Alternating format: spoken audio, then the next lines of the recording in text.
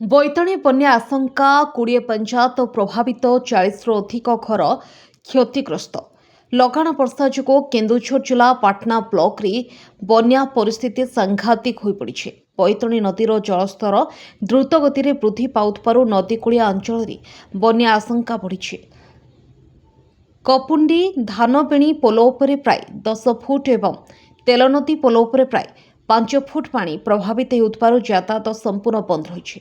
ଅନ୍ୟପକ୍ଷରେ ଏରେଣ୍ଡେଇ କୋଠାଘର ପୋଲ ପ୍ରବଳ ସ୍ରୋତରେ ଭାଙ୍ଗିଯିବାରୁ ପାଟନା ମୁଖ୍ୟାଳୟ ସହ ବହୁ ଅଞ୍ଚଳର ସଡ଼କ ଯୋଗାଯୋଗ ବିଚ୍ଛିନ୍ନ ହୋଇଛି। ଲଗାଣ ବର୍ଷାର ପ୍ରଭାବରେ ବ୍ଲକର 20ଟି ପଞ୍ଚାୟତରେ ବନ୍ୟାର ପ୍ରଭାବ ପଡ଼ିଥିବା ବେଳେ 40ରୁ ଅଧିକ ଘର କ୍ଷତିଗ୍ରସ୍ତ ହୋଇଥିବା ଜଣାପଡ଼ିଛି। ସେହିପରି ପାଟନା ବ୍ଲକ ଦେଇ ବହିଯାଉଥିବା ବୈତରଣୀ ନଦୀର ତୁରୁମଙ୍ଗାରୁ ଭୀମକୁଣ୍ଡ ପର୍ଯ୍ୟନ୍ତ ନଦୀକୂଳିଆ ଅଞ୍ଚଳର ବିସ୍ତୀର୍ଣ୍ଣ ଚାଷ ଜମି ବନ୍ୟା ପାଣିରେ ଜଳମଗ୍ନ ହୋଇପଡ଼ିଛି।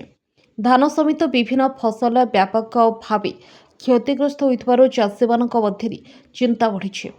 ବର୍ଷସାରାର ପରିଶ୍ରମ ପାଣିରେ ଧୋଇ ଯାଇଥିବାରୁ କ୍ଷତିପୂରଣ ପାଇଁ ଚାଷୀମାନେ ସରକାରଙ୍କ ନିକଟରେ ଦାବି କରିଛନ୍ତି।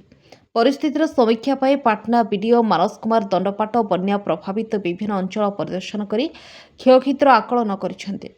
କ୍ଷତିଗ୍ରସ୍ତ ପରିବାରକୁ ଆବଶ୍ୟକ ସହାୟତା ଯୋଗାଇବା ସହ ଜଳବନ୍ଦୀ ଅଞ୍ଚଳ ଉପରେ କଡ଼ା ନଜର ରଖିବା ଏବଂ ରିଲିଫ୍ ବ୍ୟବସ୍ଥା ସୁନିଶ୍ଚିତ କରିବାକୁ ସମ୍ପୃକ୍ତ ଅଧିକାରୀଙ୍କୁ ସେ ନିର୍ଦ୍ଦେଶ ଦେଇଛନ୍ତି। ବର୍ଷା ଜାରି ରହିଲେ ବନ୍ୟା ପରିସ୍ଥିତି ଆହୁରି ଗୁରୁତର ହୋଇପାରେ ବୋଲି ପ୍ରଶାସନ ପକ୍ଷରୁ ସତର୍କ ସୂଚନା ଦିଆଯାଇଛି। କେନ୍ଦୁଝରରୁ ଅଞ୍ଜନ କୁମାର ରଣାଙ୍କ ରିପୋର୍ଟ। ଅପ୍ରିୟ ସତ୍ୟ।